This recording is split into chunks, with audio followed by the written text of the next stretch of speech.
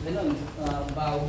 Tapos warm up, jog kayo. Tapos pwede mong, yun. Kung magpo-full guard ka, dapat diretso sweep ang technique.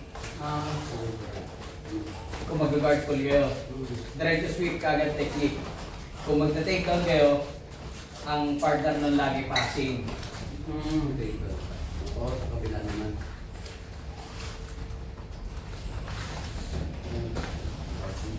Pwede sigurado mo, full guard.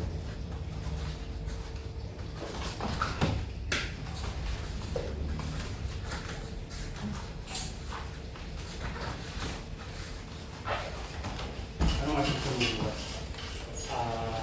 Re-detect.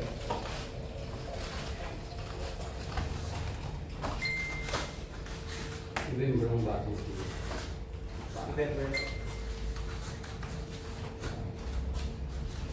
Snap down mo siya, number one. Snap down.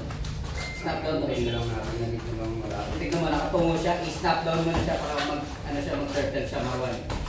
I-force mo na yung turtle. Collar sleeve, snap down. Pag bumibigay mo.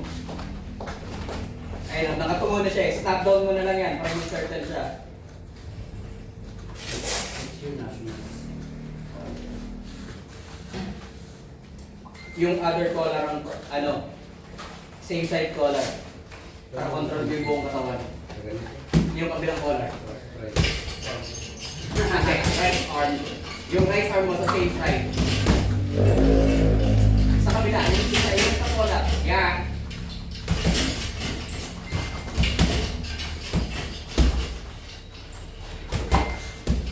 Ang cross grip ginagamit sa sweep.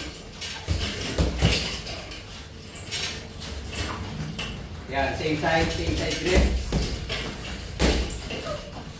Snap down now. Yan, good. Sweep, double under. Liko pa, Marwan. Stop mo na lang siya dyan.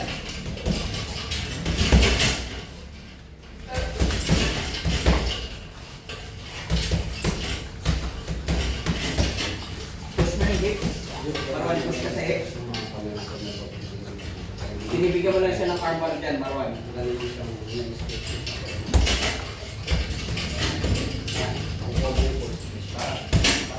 Swing mo na yung hips mo dyan. Swing mo na yung armbar. Yan. Step open yung guard, step sa hips. Step sa hips, push. Kaya kung ganito yung Nice. dito ka lang. Double jump. Double jump yan.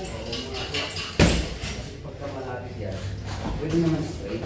Pero minsan nga, huwag mo siyang ganyan. Pagka straight na malapit lang dito, stop mo. Stop mo pag malapit lang yan. Para makuha ko rin yung ano. Kasi walang impact yan eh, walang impact yan pagka ano.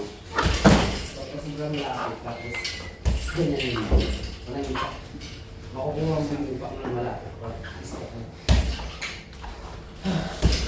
Ay, Felix. Topic ko lang. Send ko sa ano tong...